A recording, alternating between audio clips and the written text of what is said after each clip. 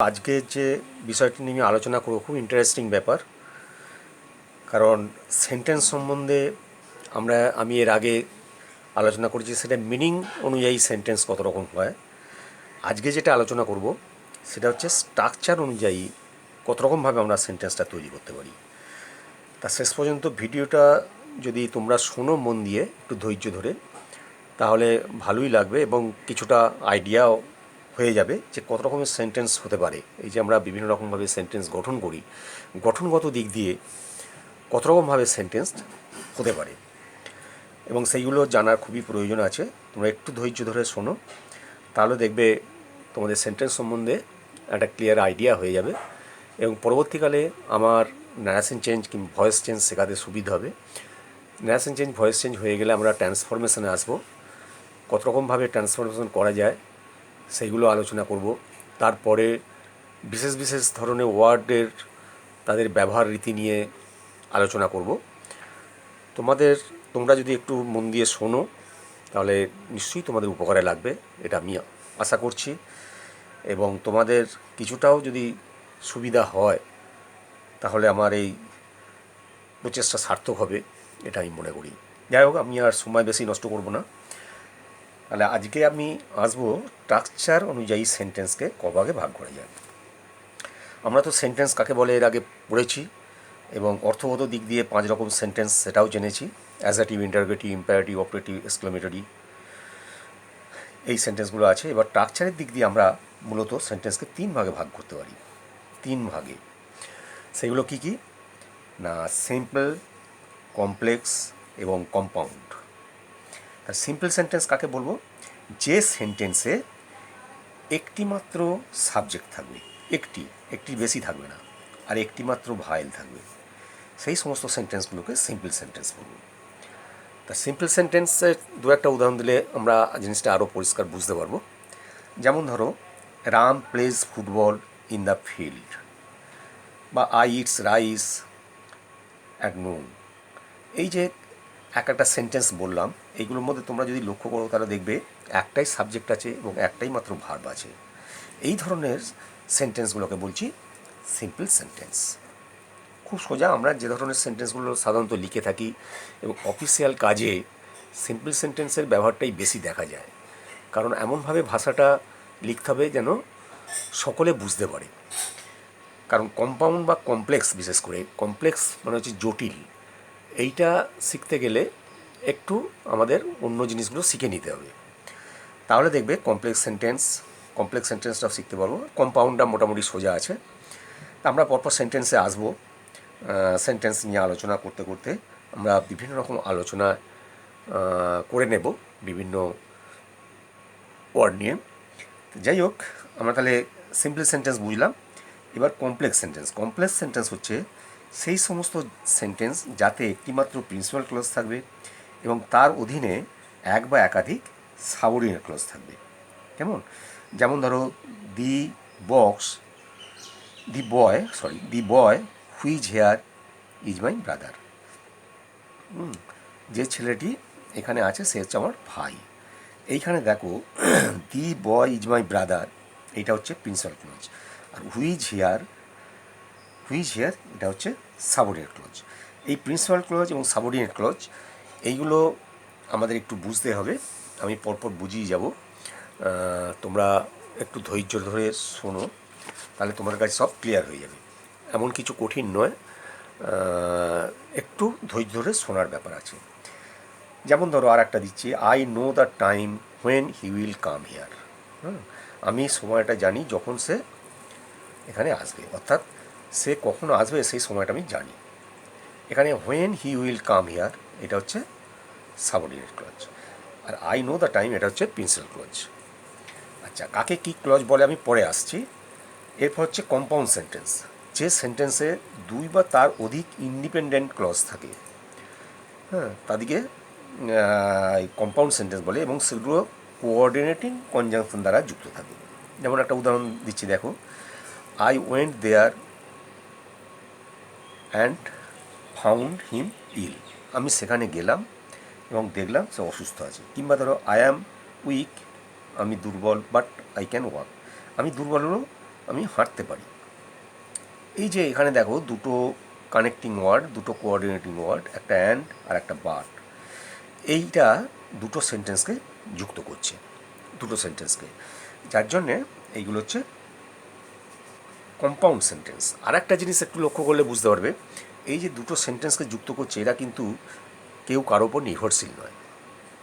I went দেয়ার, আমি সেখানে গিয়েছিলাম। আই ফাউন্ড হিম ইল, আমি তাকে অসুস্থ দেখলাম। কিংবা ধরো আই অ্যাম উইক, আমি অসুস্থ আছি কিন্তু আমি হাঁটতে পারি। এই দুটো সেন্টেন্সে এরা কিন্তু স্বাধীন, কারোর উপর ডিপেন্ডেন্ট নয়, ইন্ডিপেন্ডেন্ট।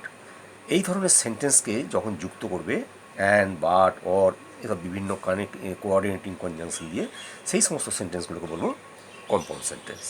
ঠিক আছে? কিন্তু সাবঅর্ডিনেট ক্লজটা যখন কমপ্লেক্স সেন্টেন্স হবে সেখানে কিন্তু প্রিন্সিপাল ক্লজটা যেটা আছে তার উপর নির্ভরশীল সাবঅর্ডিনেট ক্লজটা। আমি এরপর আরও ডিটেলস আসবো। যেমন আই নো দ্য টাইম, এটা হচ্ছে প্রিন্সিপাল ক্লজ। আর when he will come here, কখন সে এখানে আসবে, এইটা সাবঅর্ডিনেট ক্লজ। কারণ সাবঅর্ডিনেট মানে হচ্ছে অধীনস্থ, মানে কারো অধীনে থাকা। তাহলে এই ক্লজটা দেখো, এটাও ক্লজ এটাও ক্লজ, কারণ এখানে প্রিন্সিপাল ক্লজ দেখো একটা সাবজেক্ট আছে, একটা ভার্ব আছে। আবার এই সাবঅর্ডিনেট ক্লজও একটা সাবজেক্ট আছে এবং ভার্ব আছে। কিন্তু হলে কী হবে, এই যে সাবঅর্ডিনেট ক্লজটা এই প্রিন্সিপাল ক্লজের উপর নির্ভরশীল। অর্থাৎ এই ক্লজটা যদি না দিই এর মানেটা সম্পূর্ণ হবে না। আই নো দ্য টাইম, আমি সময়টা জানি, এটা স্বাধীন। কিন্তু when he will come here, কখন সেখানে আসবে, এইটা বলে যদি ছেড়ে দিই তাহলে কিন্তু মানেটা ক্লিয়ার হচ্ছে না। এই ক্লজটার উপর নির্ভরশীল, যার জন্য একে সাবঅর্ডিনেট ক্লজ বলছে। আচ্ছা, এইগুলো ডিটেলসে যাওয়ার আগে আমি একটু ফ্রেজ আর ক্লজ নিয়ে আলোচনা করে নেব। ফ্রেজ আর ক্লজ কাকে বলে সেটা একটু আমাদের জানতে হবে। ফ্রেজ হচ্ছে কি না, ফ্রেজও একটা সেন্টেন্সের অংশ, আবার ক্লজও একটা সেন্টেন্সের অংশ। কিন্তু দুটোর মধ্যে তফাৎ হচ্ছে কি, ফ্রেজের মধ্যে কোনো সাবজেক্ট বা ভার্ব থাকবে না, কিন্তু ক্লজের মধ্যে একটা সাবজেক্ট এবং একটি ভার্ব বর্তমান থাকবে। যেমন ধরো it is raining cats and dogs, মুষলধারে বৃষ্টি হচ্ছে। এইখানে দেখো এই যে ক্যাটস অ্যান্ড ডগস, এটা হচ্ছে ফ্রেজডিয়াম। এর মধ্যে লক্ষ্য করলে বুঝতে পারবো কোনো সাবজেক্টও নেই, কোনো ভার্বও নেই, যার জন্য এটা ফ্রেজের মধ্যে পড়ছে। আবার ক্লজ কাকে বলবো, আমি একটু আগে আলোচনা করলাম। ক্লজও একটা সেন্টেন্সের অংশ, কিন্তু এর মধ্যে একটা সাবজেক্ট এবং একটা ভার্ব থাকবে। যেমন ধরো Ram is a boy who came here yesterday. কেমন, রাম ইজ এ বয়, এটা প্রিন্সিপাল ক্লজ, এটা কোনো ক্লজের উপর নির্ভরশীল নয়। এখানে রাম একটা সাবজেক্ট, ইজ দ্য ভার্ব। এবার এখানে দেখো হু কেম হেয়ার ইয়েস্টারডে, এটা সাবঅর্ডিনেট ক্লজ, এখানেও সাবজেক্ট একটা আছে আর একটা ভার্ব আছে। তাহলে এবার দেখছি, তাহলে কি বুঝলাম, ফ্রেজও সেন্টেন্সের একটা অংশ, ক্লজও সেন্টেন্সের একটা অংশ। কিন্তু অংশ হলে কী হবে, ফ্রেজের মধ্যে কোনো সাবজেক্ট বা ভার্ব থাকবে না, ক্লজের মধ্যে সাবজেক্ট এবং ভার্বে থাকতে হবে। আচ্ছা, এইবার আমরা একটু জিনিস আলোচনা করে দেখি।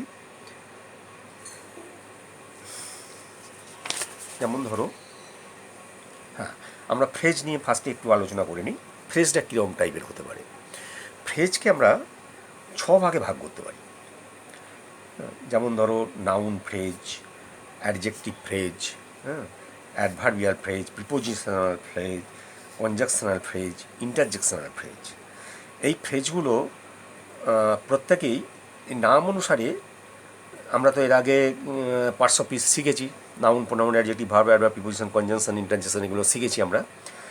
সেই অনুযায়ী যারা মানেটা বহন করবে তাদেরকে আমরা সেই ধরনের ফ্রেজ বলবো। নাউনের মতো যদি ব্যবহার হয় তাহলে নাউন ফ্রেজ বলবো, অ্যাডজেক্টিভের মতো যদি ব্যবহার করে সেন্টেন্সে অ্যাডজেক্টিভ ফ্রেজ বলবো, অ্যাডভার্বের মতো যদি বসে তাহলে অ্যাডভার্বিয়াল ফ্রেজ বলবো, প্রিপোজিশনের মতো বসলে প্রিপোজিশনাল ফ্রেজ বলবো, কনজাংশনের মতো কাজ করলে কনজাংশনাল ফ্রেজ বলবো, এবং ইন্টারজেকশনের মতো কাজ করলে তাকে ইন্টারজেকশনাল ফ্রেজ বলবো। তাহলে আমরা কয়েকটা উদাহরণ দিয়ে, প্রত্যেকটা উদাহরণ দিয়ে যদি আমরা জিনিসটাকে ব্যাখ্যা করি তাহলে আমাদের কাছে জিনিসটা ক্লিয়ার হয়ে যাবে। যেমন ধরো প্রথমেই বলেছি নাউন ফ্রেজ। নাউন ফ্রেজটা কীরকম না, এয়ার সেন্টেন্সে নাউনের মতো কাজ করবে। কেমন, দেখা যাক। যেমন he is playing ball is unknown. He is playing, এই যে এখানে নাউন ক্লজের মতো ব্যবহার হচ্ছে প্লেয়িংটা, তাহলে এখানে he is playing ball is uncertain, এখানে খেলাটা নাউন ক্লজের মতো হচ্ছে। আবার দেখো he enjoys walking by the river side, এই হাঁটাটা সে এনজয় করে, এই ওয়াকিংটা এখানে নাউন ক্লজ। বা টু আওয়ার ইজ হিউম্যান, ভুল মানুষই হয়, এই যে টু আওয়ার এটা নাউন ক্লজের মতো ব্যবহার হচ্ছে। কেমন? আরও উদাহরণ আছে, দেখুন ধরো অ্যাডজেক্টিভ ফ্রেজ। অ্যাডজেক্টিভ ফ্রেজটা কীরকম হবে সেটা আমাদের জানতে হবে। অ্যাডজেক্টিভের মতো সেন্টেন্সে যারা কাজ করবে তাকে অ্যাডজেক্টিভ ফ্রেজ বলবো। যেমন ধরো হি বট এ চেন অফ গোল্ড, সে একটা সোনার চেন কিনেছিল। এখানে দেখো অ্যাডজেক্টিভটা কেন হচ্ছে, এ চেন অফ গোল্ডটাকে আমরা এ গোল্ড চেন বলতে পারি। তাহলে এ গোল্ড চেন এখানে এটা অ্যাডজেক্টিভের মতো কাজ করছে, যার জন্যে এ চেন অফ গোল্ড এটা ফ্রেজিয়ার হয়ে সেন্টেন্সে অ্যাডজেক্টিভের মতো কাজ করছে বলে এটাকে অ্যাডজেক্টিভ ফ্রেজ বলছি। আবার ধরো he is a man of fame, হ্যাঁ, এ ম্যান অফ ফেম মানে হচ্ছে এ ফেমাস ম্যান, এই যে ফেমাস ম্যান এখানে অ্যাডজেক্টিভ, তাহলে এ ম্যান অফ ফেমটাও এখানে অ্যাডজেক্টিভের মতো কাজ করছে, সেই কারণে এই যে ফ্রেজটা হচ্ছে এটা অ্যাডজেক্টিভ ফ্রেজ বলা হচ্ছে। আবার দেখো I am free from blame, হ্যাঁ, I am free from blame, কোনো দোষ থেকে আমি মুক্ত, তার মানে ব্লেম, আমার কোনো ব্লেম নেই, ফ্রি ফ্রম ব্লেম, তার মানে ব্লেম লেস, এটা অ্যাডজেক্টিভ, ওই জন্য ফ্রি ফ্রম ব্লেমটা এটা ফ্রেজ হিসেবে ব্যবহার হচ্ছে কিন্তু অ্যাডজেক্টিভের মতো কাজ করছে, যার জন্য এটা অ্যাডজেক্টিভ ফ্রেজ। সিমিলারলি অ্যাডভার্বের মতো যখন কোনো ফ্রেজ কাজ করবে তখন আমরা তাকে অ্যাডভার্বিয়াল ফ্রেজ বলবো। ঠিক আছে, এটা সেন্টেন্সে অ্যাডভার্বের মতো কাজ করে। যেমন দেখা যায়, যেমন হি ওয়াজ অ্যাট দ্যাট প্লেস, সে ওখানে ছিল। তাহলে অ্যাট দ্যাট প্লেস মানেই হচ্ছে দেয়ার, দেয়ারটা আমরা জানি অ্যাডভার্ব, তাহলে দেয়ারের মতো কাজ করছে, যার জন্য অ্যাট দ্যাট প্লেস এই ফ্রেজিডিয়ামটা অ্যাডভার্বিয়াল ফ্রেজ হচ্ছে। জিনিসটা একটু বোঝার ব্যাপার আছে, বুঝে নিতে হবে। হি ওয়ার্কড উইথ কেয়ার, এই যে উইথ কেয়ার এটা একটা ফ্রেজিডিয়াম, কিন্তু উইথ কেয়ারটার পরিবর্তে আমি কেয়ারফুলি লিখতে পারি, আমরা জানি কেয়ারফুলিটা অ্যাডভার্ব, তাহলে কেয়ারফুলির পরিবর্তে আমি উইথ কেয়ারটা বসাচ্ছি, তার মানে এখানে অ্যাডভার্ব হিসেবে কাজ করছে ফ্রেজটা। কিংবা ধরো I want this at this moment, এই যে অ্যাট দিস মোমেন্ট এটা একটা ফ্রেজিডিয়াম, অ্যাডভার্টিবল ফ্রেজিডিয়াম কেন হচ্ছে না, অ্যাট দিস মোমেন্ট বানিয়ে হচ্ছে নাউনটা আমরা জানি অ্যাডভার্ব, নামের পরিবর্তে এইটা বসছে, সেই কারণে এটা একটা অ্যাডভার্টিবল ফ্রেজ হচ্ছে। তারপর দেখো প্রিপোজিশনাল ফ্রেজ মানে হচ্ছে প্রিপোজিশনের মতো কাজ করবে, সেন্টেন্সে প্রিপোজিশন যেমনভাবে কাজ করে থাকে সেরকম প্রিপোজিশনের মতো কাজ করবে। তাহলে দেখা যাক কেমন কাজ করছে। যেমন ধরো he is standing in front of me, সে আমার সামনে দাঁড়িয়ে আছে, ইন ফ্রন্ট অফ মি, এই ইন ফ্রন্ট অফ মি আমি কোথায় দাঁড়িয়ে আছি সেইটা এখানে বুঝিয়ে দিচ্ছে সেন্টেন্স অন্যান্য ওয়ার্ডের সঙ্গে, তাহলে এটা প্রিপোজিশনে কাজ করছে। কিংবা ধরো she is at the point of death, এই যে at the point of death, এই অ্যাট দ্য পয়েন্ট অফ এইটা একটা প্রিপোজিশনের মতো কাজ করছে, যার জন্য এটা প্রিপোজিশনাল ফ্রেজ হয়ে যাচ্ছে। কিংবা ধরো he could not come on account of মানে জন্য, এটাও একটা প্রিপোজিশনে কাজ করছে।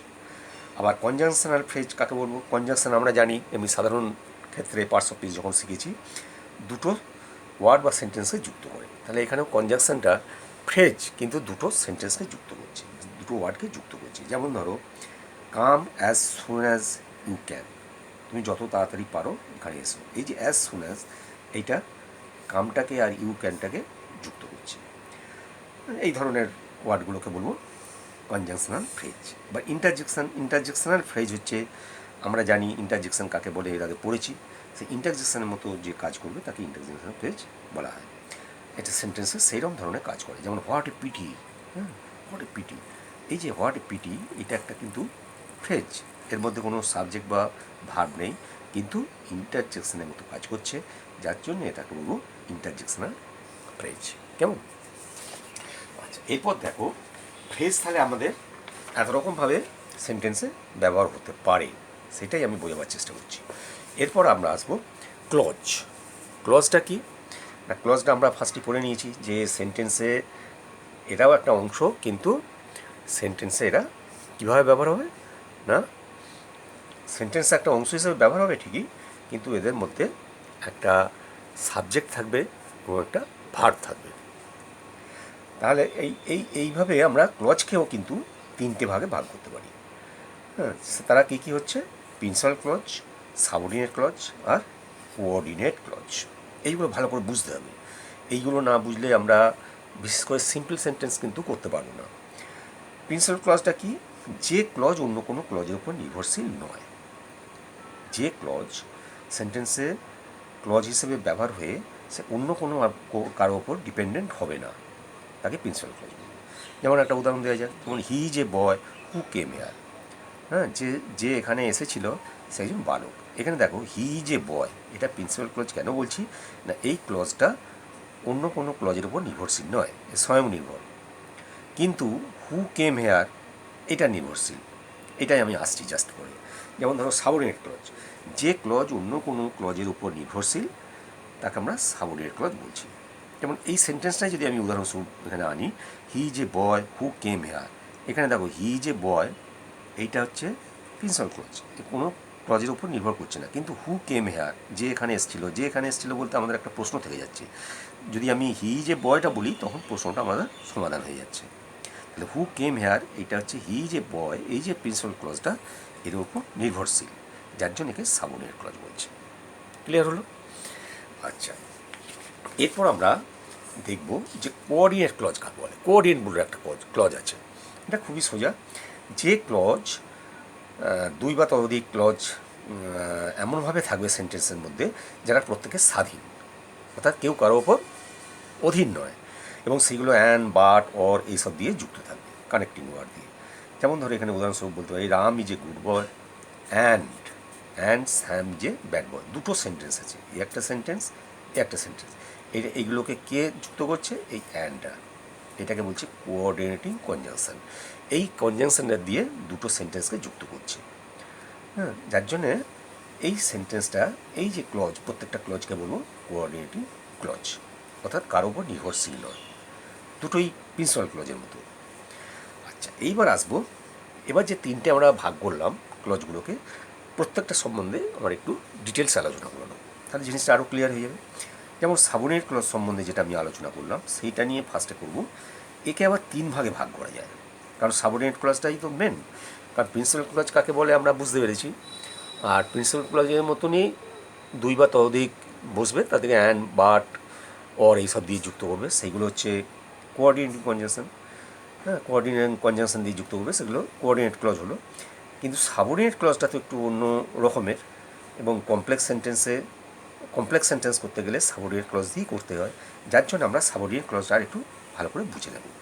সাবঅর্ডিনেট ক্লজকে তিন ভাগে ভাগ করতে হবে, তিন ভাগে ভাগ করে যায়। যেমন নাউন ক্লজ, অ্যাডজেক্টিভ ক্লজ এবং অ্যাডভার্ব ক্লজ। কী বললাম? নাউন ক্লজ, অ্যাডজেক্টিভ ক্লজ এবং অ্যাডভার্ব ক্লজ। এই সাবঅর্ডিনেট ক্লজগুলো এই তিনভাবে বসতে পারে সেন্টেন্সে। আচ্ছা, তাহলে এবার কীভাবে আমাদের সেন্টেন্সে বসে এরা তাদের কাজ করছে সেটা আমাদের দেখতে হবে, তাই না? আচ্ছা, দেখা যাক কীভাবে কাজ করছে। এখানে দেখো নাউন ক্লজ সম্বন্ধে ফার্স্ট আলোচনা করছি। নাউন ক্লজ হচ্ছে, আমরা জানি নাউন এমনি সাধারণভাবে নাউন সেন্টেন্সে বসলে তারা কী কী ফাংশান করে। তারা অনেক সময় সেন্টেন্সের সাবজেক্ট হিসেবে ব্যবহার হয়, আবার কখনো অবজেক্ট হিসেবে ব্যবহার হতে পারে, কখনো আবার প্রিপোজিশনে অবজেক্ট হিসেবে ব্যবহার হয়, আবার কখনো কমপ্লিমেন্ট হিসেবে ব্যবহার হতে পারে, আবার কখনো অ্যাপোজিশন হিসেবে ব্যবহার হতে পারে। নাউনের এতগুলো ফাংশান আছে, তাই এখানে নাউন ক্লজটারও কিন্তু সেই ফাংশানগুলোই করে থাকে। কিন্তু যেহেতু ক্লজ, সেগুলো ক্লজ হিসেবে ব্যবহার হয়। যেমন ধরো একটা আমি তোমার বোঝাচ্ছি, when he will come is uncertain. সে কখন আসবে সেটা আমাদের কাছে অনিশ্চিত। এই যে হোয়েন হি উইল কাম, এইটা হচ্ছে নাউন ক্লজ হিসেবে ব্যবহার হচ্ছে, অ্যাজ এ সাবজেক্ট, এখানে সাবজেক্ট হিসেবে ব্যবহার হচ্ছে। এই যে সেন্টেন্সটা করেছি এর সাবজেক্ট হচ্ছে হোয়েন হি উইল কাম, তাহলে এখানে নাউনটা সাবজেক্ট হিসেবে ব্যবহার হয়েছে। ভেরি সিম্পল, একটু বোঝার ব্যাপার আছে।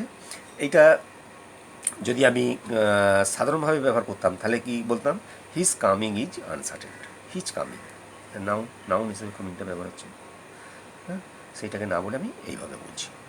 আবার দেখো, I know when he will come, সে কখন আসবে আমি জানি। হ্যাঁ, আমরা জানি নাউনকে ভার্বকে কী বা কাকে দ্বারা প্রশ্ন করলে যে উত্তর পাওয়া যায় তাকে আমরা অবজেক্ট হিসেবে ধরি। তাহলে এখানে আমি জানি, হ্যাঁ, আই নো, আমি কি জানি? কী দিয়ে প্রশ্ন করলে দেখা যাচ্ছে হোয়েন হি উইল কাম, সে কখন আসবে এইটা জানতে পারছি। তাহলে এখানে এই ভার্বটার এখানে অবজেক্ট হিসেবে হোয়েন হি উইল কামটা ব্যবহার হচ্ছে, যার জন্য এটা কী হচ্ছে অবজেক্ট হিসেবে নাউনের ব্যবহারটা দেখানো হলো। এটা যদি সাধারণভাবে থাকতো তাহলে কী হতো, I know him coming time, I know his coming time, আমি তার আসার সময়টা জানি। এইটা না বলে, কামিং টাইমটা না বলে কী বলছি, হোয়েন হি উইল কাম। আচ্ছা, আবার দেখো প্রিপোজিশনের অবজেক্ট হিসেবে কীরকমভাবে এবার বসতে পারে সেটা একটু দেখা যাক।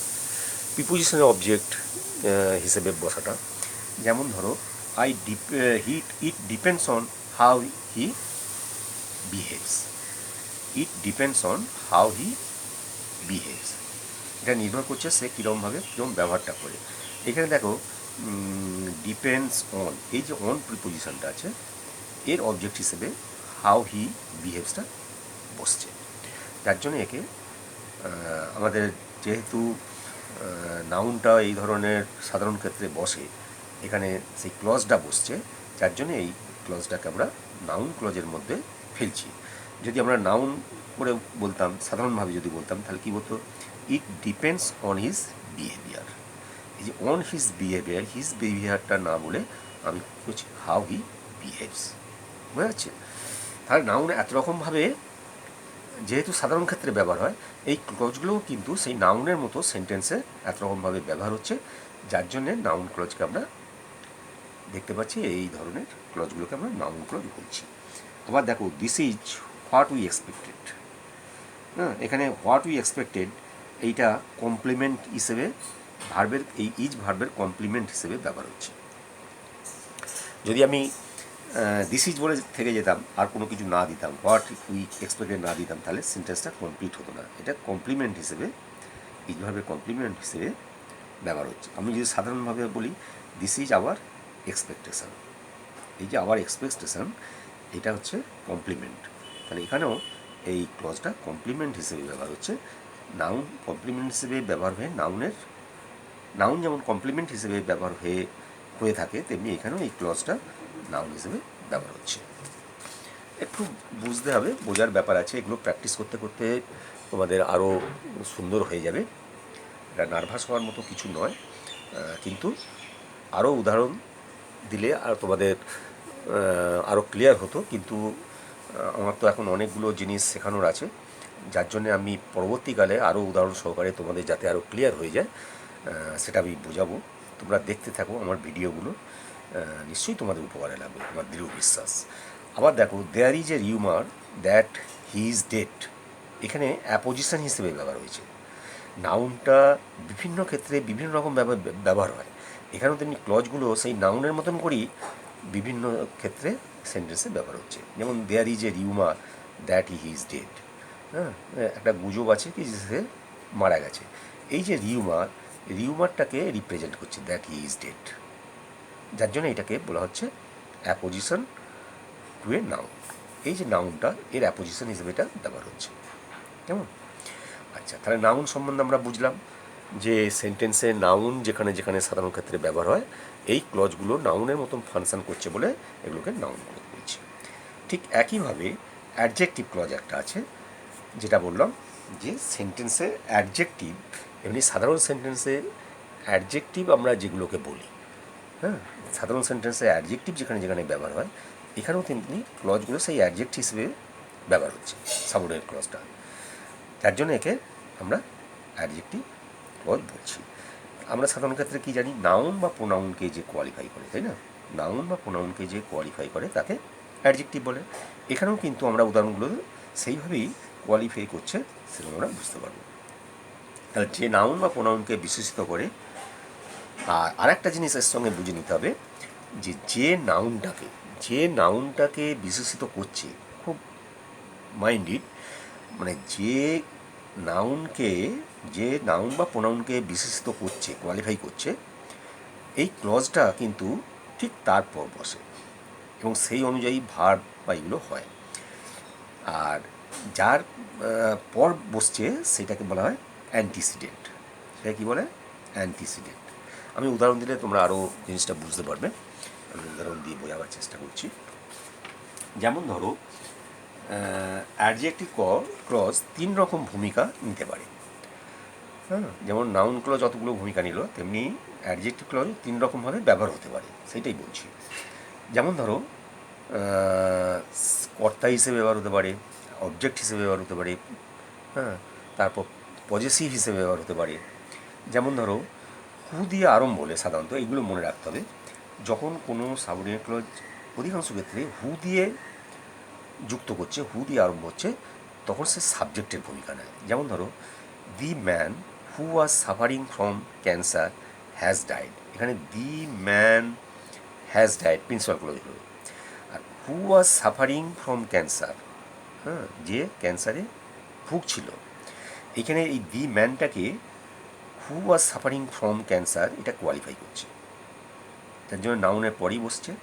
এবং আর একটা লক্ষণীয় বিষয় হচ্ছে এই হু এর আগে ম্যান, এইটাকে কোয়ালিফাই করছে, এবং এই ম্যানটাকে বলবো আমরা অ্যান্টিসিডেন্ট। এই অ্যান্টিসিডেন্টটা যে নাম্বারে থাকবে, যে পার্সনে থাকবে, সেই অনুযায়ী এখানে ভাবটা হবে।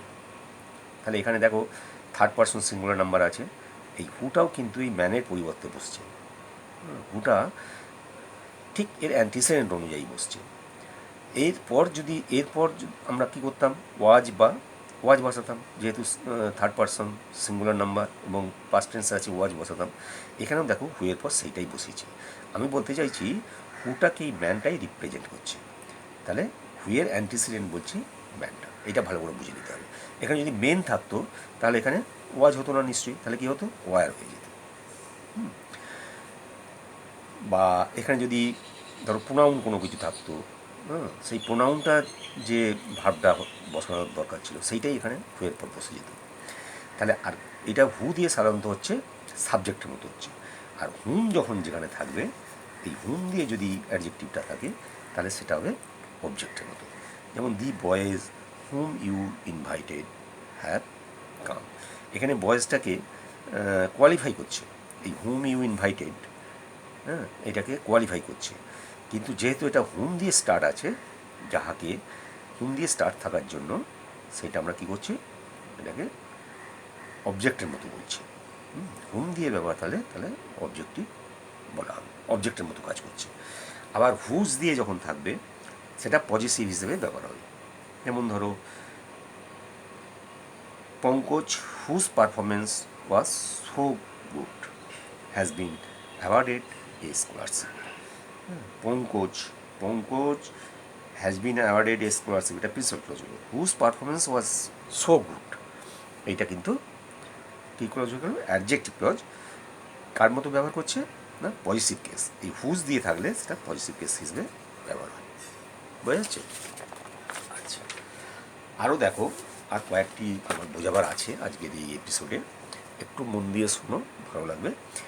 আচ্ছা, এই প্রসঙ্গে আমি আর একটা কথা বলে রাখি, ওইগুলো যেগুলো বোঝালাম সব কিন্তু প্রাণীবাচক। এবার অপ্রাণীবাচক হলে সাবজেক্টের ক্ষেত্রে দ্যাট বা হুইচ হয়, এটা মনে রাখতে হবে, দ্যাট বা হুইচ। অবজেক্টের ক্ষেত্রে হবে, অবজেক্টের ক্ষেত্রেও দ্যাট বা হুইচ। আর পজিটিভের ক্ষেত্রে হবে অফ হুইচ, হুইচের পর একটা অফ বসবে। এখানে যেমন আমরা বুঝিয়েছিলাম প্রাণীবাচকের ক্ষেত্রে সাবজেক্টের ক্ষেত্রে হু হয়েছিল, আর অবজেক্টের ক্ষেত্রে হুম হয়েছিল। এখানে কিন্তু অপ্রাণীবাচক হলে এই দুটো কানেক্টিং ওয়ার্ড ব্যবহার হয় সাধারণত, দ্যাট আর হুইচ, আর অবজেক্টের ক্ষেত্রেও দ্যাট আর হুইচ। আর পজিটিভের ক্ষেত্রে ওখানে যেমন হু হুম হুইচ ছিল, এখানেও হুইচ হবে, কিন্তু তার আগে একটা অফ প্রিপোজিশন বসবে।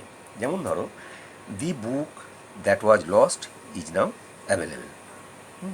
দি বুক, এইটা কি রিপ্রেজেন্ট করছে, দ্যাটটা, এই দ্যাটটার অ্যান্টিসিডেন্ট বুকটা, কিন্তু এইটা হচ্ছে অচেতন পদার্থ, অপ্রাণীবাচক, যার জন্যে এখানে that was lost is now available, the book is now available, এটা হচ্ছে প্রিন্সিপাল ক্লজ হয়ে গেল। আর দ্যাট ওয়াজ লস্ট, এটা হচ্ছে কী হলো, অ্যাডজেক্টিভের মতো কাজ করছে, এই যে নাউনের পরেই বসছে, এবং সেটা অ্যাডজেক্টিভের মতো সাবজেক্ট হিসেবে কাজ করছে।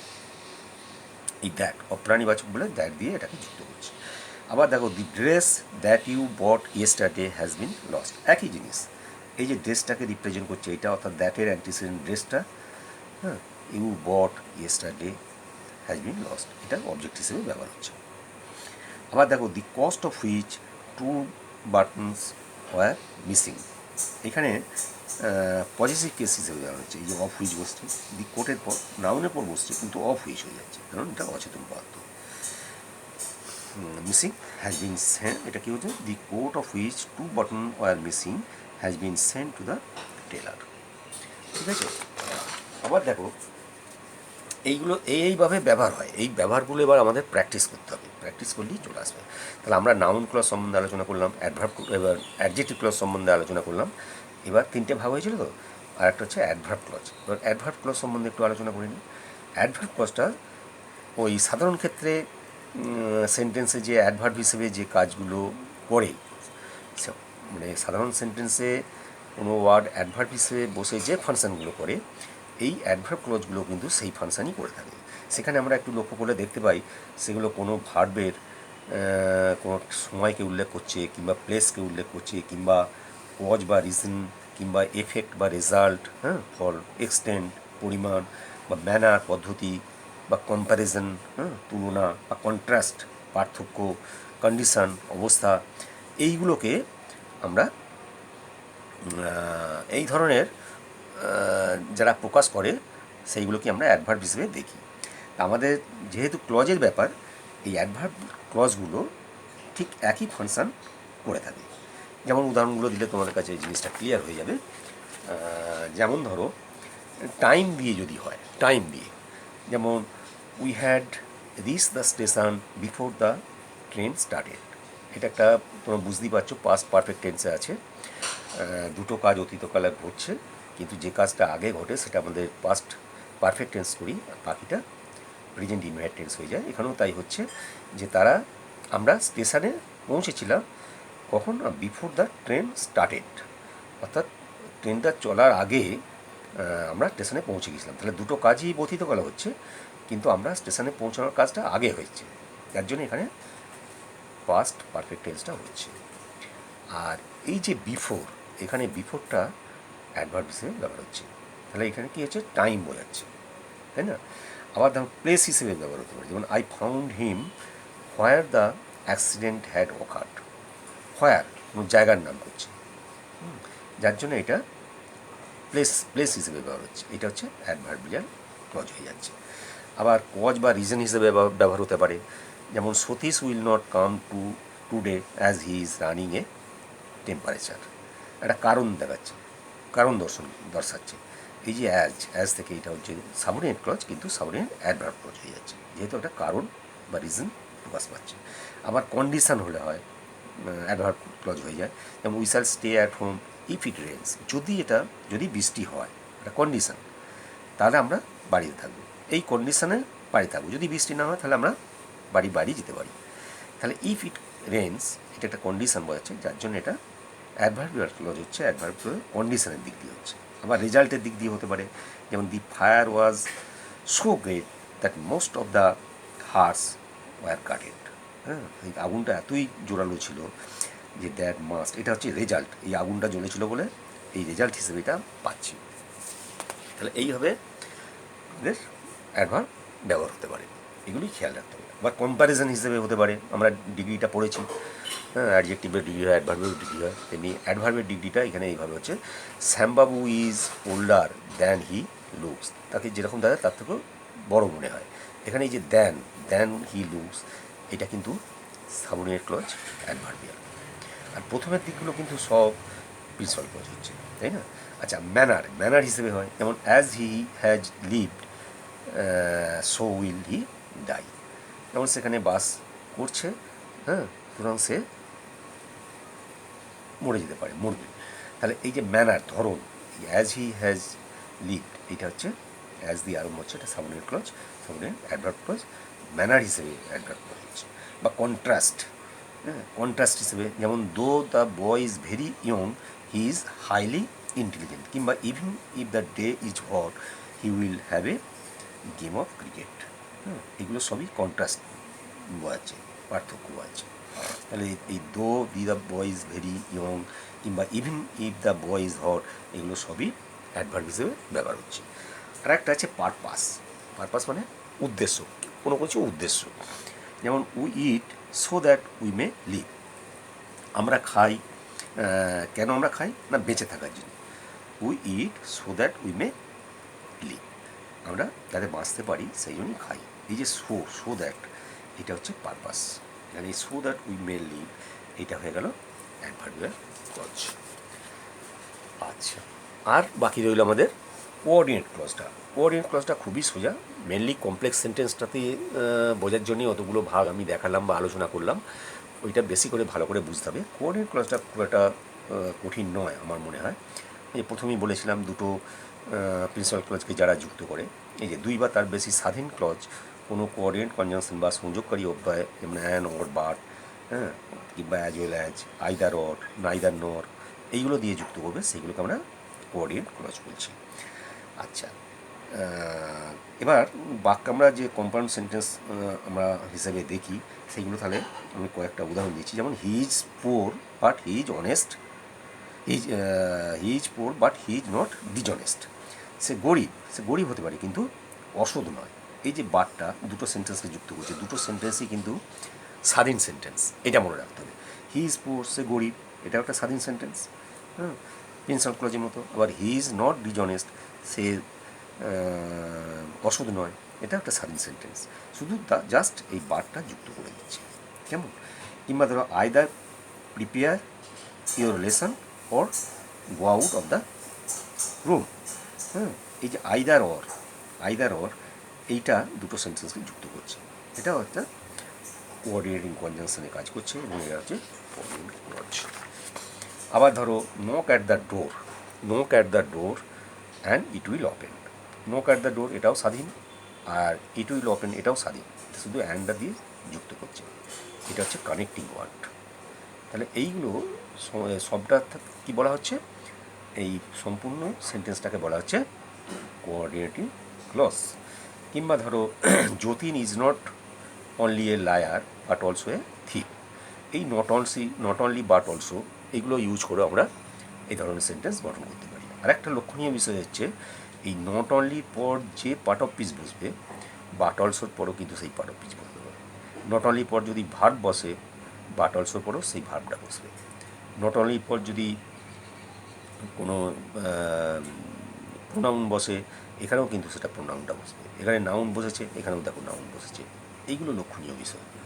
আমি পরে সুযোগ থাকলে আরও নিশ্চয়ই not only but also, as soon as, এইসবগুলো নিয়ে আমি আলোচনা করবো ডিটেলস। আচ্ছা, আর একটা দেখো, not only Shankar knows but also his brothers know ইট।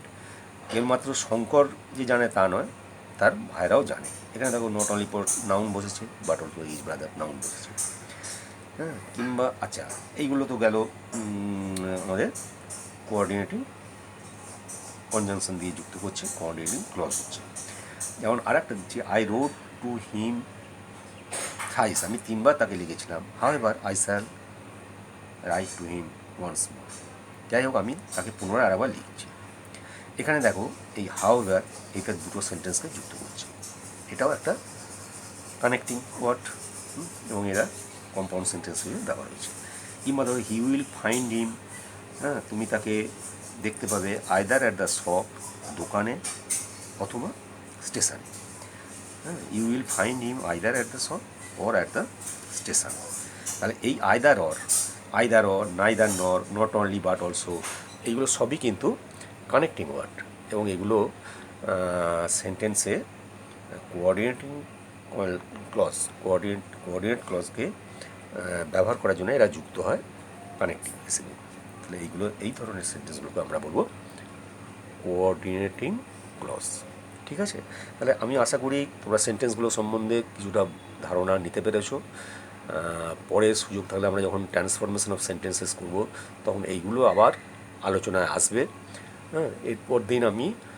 এর পরের এপিসোডে ভয়েস চেঞ্জটা তোমাদের ভয়েসের সম্বন্ধে কিছুটা আলোকপাত করব, তারপর ন্যারেশন চেঞ্জ করব, তারপর অন্যান্য ওয়ার্ডের অ্যাপ্লিকেশানগুলো শেখাবো, এবং ট্রান্সফরমেশনে কী কী হয় সেইগুলো শেখাবো, তারপর WH, হ্যাঁ, সেইগুলো কী কী হতে পারে সেগুলো নিয়ে আলোচনা করব, যাতে তোমাদের কমপ্লিট একটা সেন্স এসে যায় গ্রামার সম্বন্ধে। আমি আমার সাধ্যমতো চেষ্টা করব। ঠিক আছে, ভালো থেকো, সুস্থ থেকো, আর এইগুলো ফলো করতে থাকো। আশা করি তোমাদের কিছুটা হলো আমি কাজে আসবো। এইটাই আমার প্রয়াস বা এইটাই আমার সার্থকতা। Thank you.